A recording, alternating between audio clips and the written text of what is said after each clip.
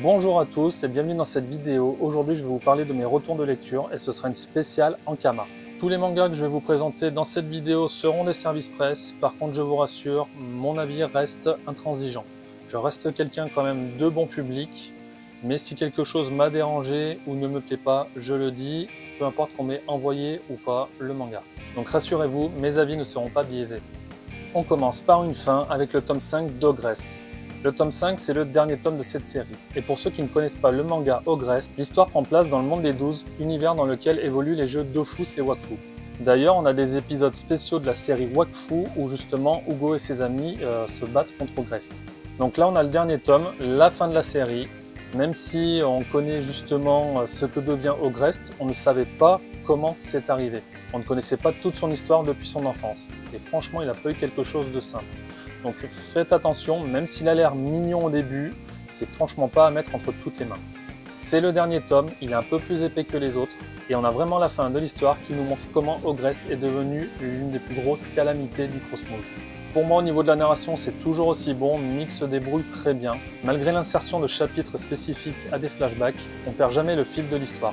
Même si l'histoire est quand même sérieuse, on a quand même quelques petites pointes d'humour grâce à certains personnages. Malheureusement, certains auxquels je me suis attaché n'ont pas forcément une très bonne fin dans ce tome. Mais c'est ça qui fait les bonnes histoires. Le dessin de ce tome est le même depuis le premier. C'est un mélange de manga et de BD, ça se ressent un petit peu dans les planches. Et franchement, c'est pas du tout dérangeant, au contraire. Mix est très bien dessiné la jante féminine et aussi les grosses scènes de bataille. Je vais vous montrer justement ma préférée. Voilà, quand on a des planches comme ça, franchement, bravo à l'auteur. Une autre planche dans un autre style que j'aime beaucoup aussi. Donc voilà, c'est une bonne fin, c'était vraiment un plaisir de lire cette série. J'aimerais en retrouver d'autres justement dans cet univers, en plus de Wakfu, la grande vague. Je suis sûr qu'il y a plein d'autres histoires à raconter. En tout cas, à mon avis, j'ai passé un très bon moment. Un petit peu triste que ce soit déjà la fin. Je le recommande à tous ceux qui aiment l'univers du Cosmos, le monde des 12, Dofus, Wakfu, tout ce qu'il y a autour. Si tu as lu la série, n'hésite pas à me le dire en commentaire. On continue avec la nouvelle série Ankama de 2025, Achis de Stéphanie Le Chevalier. C'est un manga que j'attendais beaucoup parce que justement j'ai lu tous les extraits qu'il y avait dans les Anka manga et effectivement les planches, l'histoire m'a beaucoup donné envie. Donc quand ce tome a enfin eu sa date de sortie, j'étais très content, la hype est montée et clairement j'ai pas été déçu. Au niveau de l'histoire, on est dans un monde fantastique, un peu proche du réel avec quelques créatures fantastiques, des choses qui se passent avec la cendre, etc. Et ça met en avant justement un métier un petit peu mis de côté, je trouve, celui de ramoneur. Et franchement, c'est super original, un héros qui est ramoneur. Au niveau de l'histoire, on a des petits points de ressemblance avec Hunger Games, avec une ville divisée en plusieurs quartiers, différentes classes justement suivant le quartier, de gros mystères qui englobent tout ça justement. Et on peut faire un petit rapprochement, mais l'autrice a dit que ce n'était pas voulu avec l'attaque des titans, parce que pour se déplacer de toit en toit, ils utilisent quelque chose qui se rapproche un petit peu de l'équipement tridimensionnel. Alors comme elle a dit dans une interview, elle se voyait mal faire les petits ramoneurs avec leur échelle dans le dos, à la poser de toit en toit, etc. Ce qui est plutôt logique, sinon le dynamisme de l'histoire serait complètement cassé. Donc au niveau de la narration, moi je trouve qu'elle est très bonne. C'est fluide, il y a très peu de temps mort. Les temps calmes sont là justement pour mettre certains points à plat. Et au niveau du dessin, moi c'est justement quelque chose qui me correspond. Tous les personnages sont reconnaissables. On a même une petite mascotte. Et les monstres des cendres sont superbement bien représentés. L'ambiance est très sale aussi justement dans toutes les planches. Elles sont très dynamiques. Donc voilà, c'est vraiment une nouvelle série que j'attendais beaucoup et qui ne m'a vraiment pas déçu.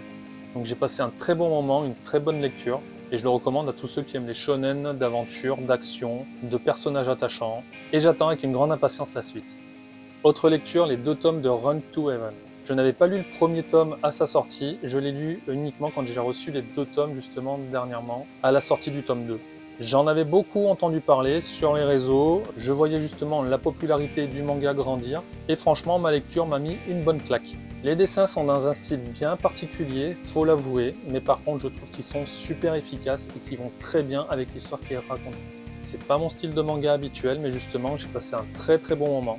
Donc pour ceux qui ne connaissent pas, on suit Faye, une jeune fille qui adore courir, qui est dans un monde constamment en guerre. Mais là, il y a une trêve pour des Jeux Olympiques. Donc elle va s'entraîner pour courir et tout ne va pas se passer bien sûr comme on le pense. C'est une histoire pour public averti et très honnêtement, c'est tout à fait normal. Déjà, de toute façon, on est dans un contexte de guerre et clairement, tout n'est pas rose. Et quand certains personnages doivent mourir, déjà, on s'y attend pas, mais ils meurent.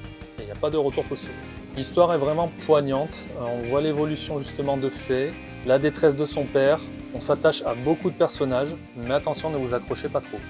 Très franchement, il n'y a pas grand chose à redire justement sur l'histoire, sur la narration, qui est très bonne. Il y a des trucs qui arrivent, on est super surpris. L'intensité monte au fur et à mesure. Très clairement, ça a été une sacrée surprise.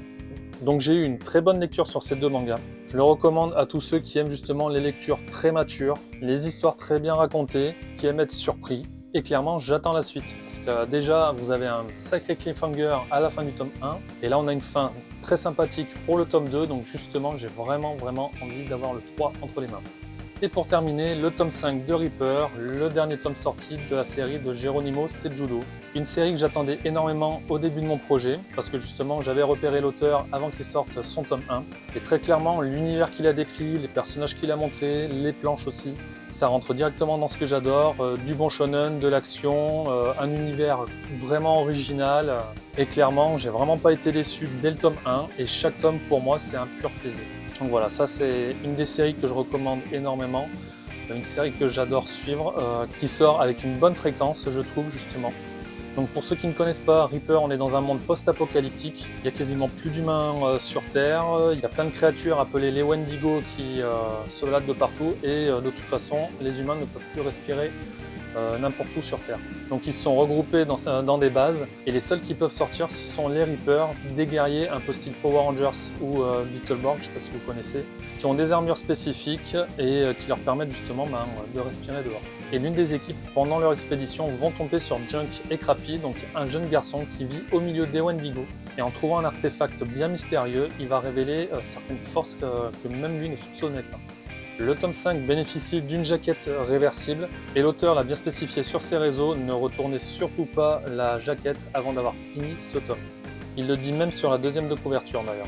Clairement oui, si vous voulez pas vous spoiler, attendez la fin du tome pour pouvoir la retourner. Justement pour faire cette vidéo, j'ai préféré garder la couverture d'origine. Pour ce tome 5, c'est un moment assez important que j'attendais avec beaucoup d'impatience, le rite pour Billy. Et aussi comment Junk sera annoncé au reste du bosquet. Clairement, la narration pour moi, comme tout le reste des tomes, est très bonne, très fluide. On a quelques flashbacks qui sont franchement bien placés. L'humour est très présent, mais à très bonne dose. Et en plus, c'est mon humour, donc j'aime beaucoup les blagues. Les dessins pour moi sont d'un très bon niveau, les planches sont superbes. Des moments, elles en mettent plein la figure pendant l'action, ou même pour annoncer des personnages assez charismatiques.